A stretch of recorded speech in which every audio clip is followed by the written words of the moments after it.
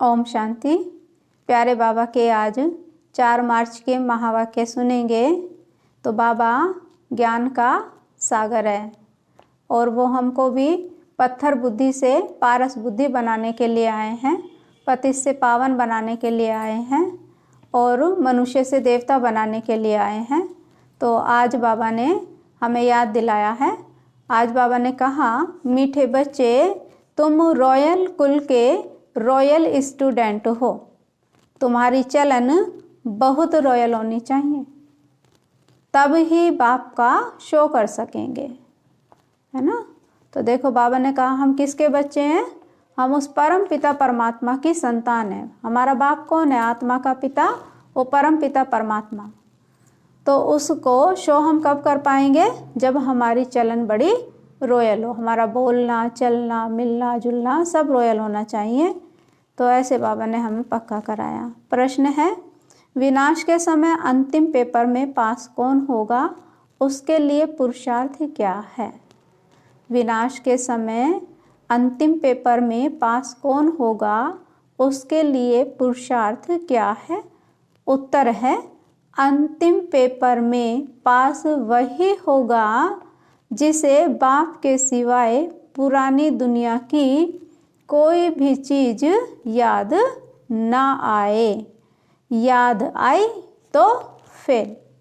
इसके लिए बेहद की सारी दुनिया से ममत्व निकल जाए, भाई भाई की पक्की अवस्था हो, देह अभिमान टूटा हुआ हो। हाँ? तो सुना, अंतिम पेपर में कौन पास होगा?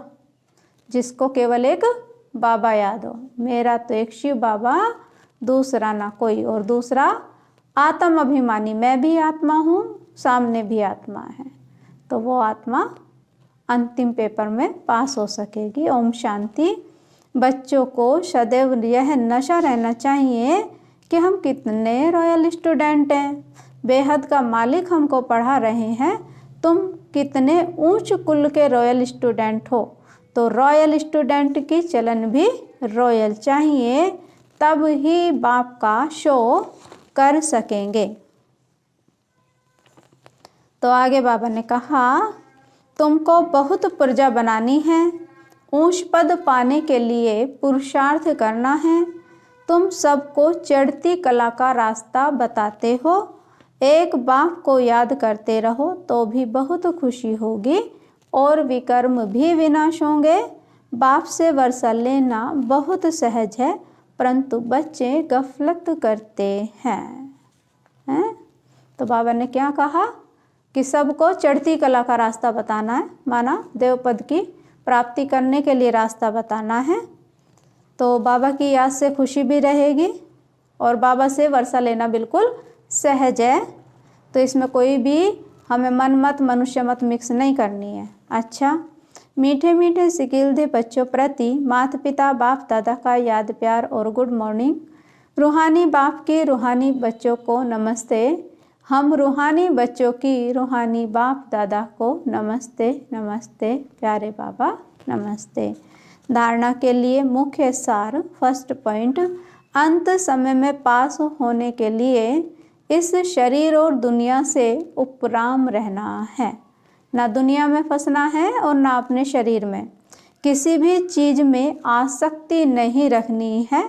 बुद्धि में रहे कि अब हम ट्रांसफ़र हुए कि हुए, माना कि अभी हम नई दुनिया में जाने वाले हैं। सेकंड पॉइंट, बहुत धैर्य और प्यार से सबको दो बाप का परिचय देना है। बहुत धैर्य और प्यार से सबको दो बाप का परिचय देना है। दो बाप माना एक इस शरीर का पिता लौकिक पिता और दूसरा आत्मा का पिता परमात्मा। ज्ञान रत्नों से झोली भर कर दान करना है। कांटों को फूल बनाने की सेवा जरूर करनी है। तो बाबा हमें कांटों से फूल बनाते हैं और हमें उन ज्ञान रत्नों को अपनी बुद्धि रूपी झोली में धारण कर दूसरों को दान जरूर करना है। वरदान है, बाप और सेवा में मगन रहने वाले निर्विघ्न। बाप और सेवा में मगन रहने वाले निर्विघ्न निरंतर सेवाधारी भव। विस्तार है।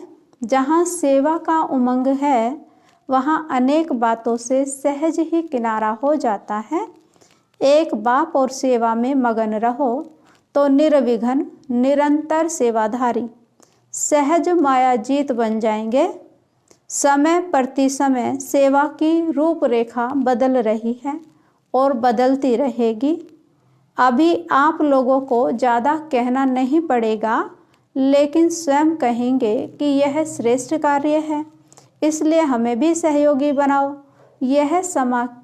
यह समय के समीपता की निशानी है, तो खूब उमंग उत्साह से सेवा करते आगे बढ़ते चलो।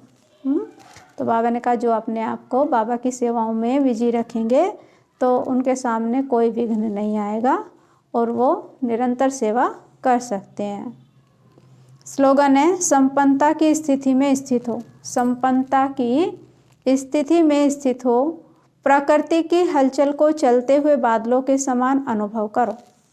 तो बाबा ने हमें ज्ञान से, गुण से, शक्तियों से, सर्व खजानों से भरपूर किया है। तो उस संपन्नता की स्थिति में बाबा कहते हैं सदा स्थित रहो।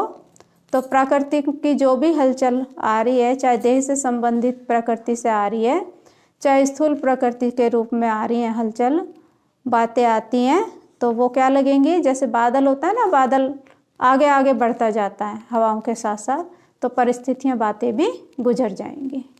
ओम शांति।